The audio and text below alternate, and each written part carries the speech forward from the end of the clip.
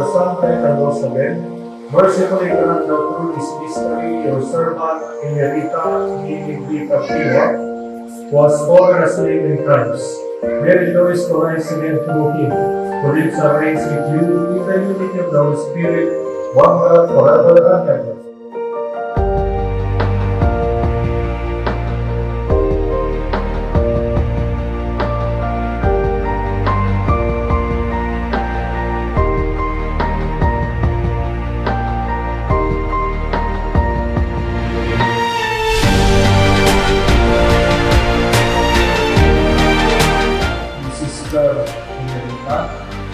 Ang unang pumapasok ko sa aking isipan ngayon ay Mama Mary.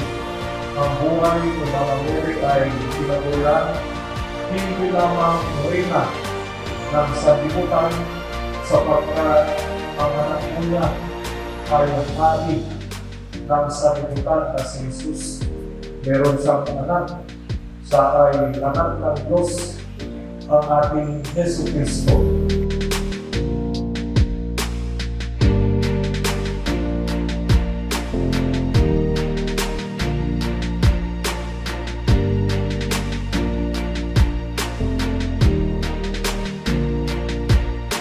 At bilang isang ina ng Diyos, mahirap ang kanyang misyon. Magpapalaki siya ng isang anak ng Diyos na magliligtas sa buong sanlibutan.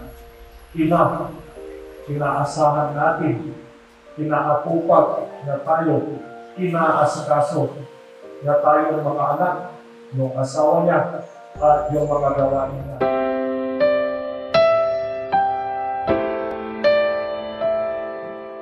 Yung mga nanay ay palaging nag-aalalayan kasi sila ang nag-aalaga sa kanilang mga anak.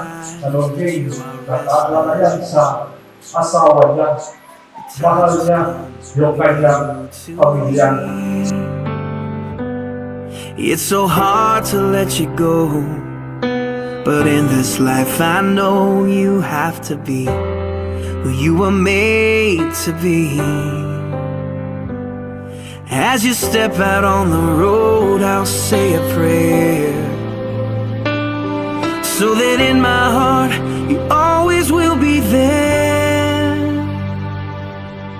This is not goodbye. I know we'll meet again, so let your life begin, cause Pero din yung minsan na sa ilang pagsasalita, napakamatay. Pero kapag yung magsasalita sila, may halaga.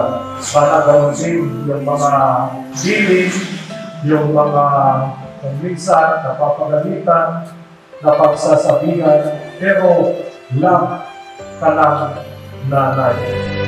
the stirring in your soul has left you wondering, should you stay or turn around? Well, just remember that your dreams, they are a promise, that you were made to change the world. So don't let fear stop you now, cause this is not goodbye. Yung mga nanay tulad ni Sister Emerita ay mapupunta din sa langit. Bakit? Sapagkat sa nanay na tapos niya at kanyang anak na handa niyang ibigay ang kanyang buhay para sa kanyang minamahal.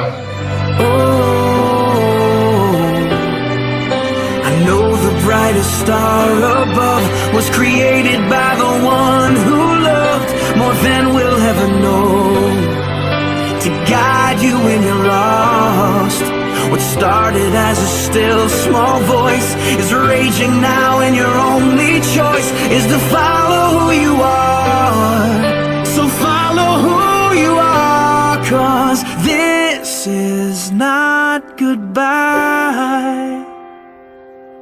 I know we'll meet again. Huwag nating makalimutan magpasalamat kay Sister Emerita sapagkat ibinigay niya ang kanyang buhay sa kanyang mga minamahal, sa kanyang pamag-anak, sa kanyang pamilya.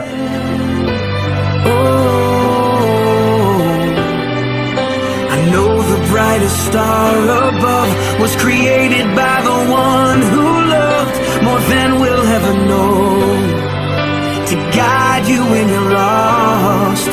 What started as a still small voice is raging now, and your only choice is to follow who you are. So follow who you are, 'cause this is not goodbye. I know we'll meet again. Oh, this is not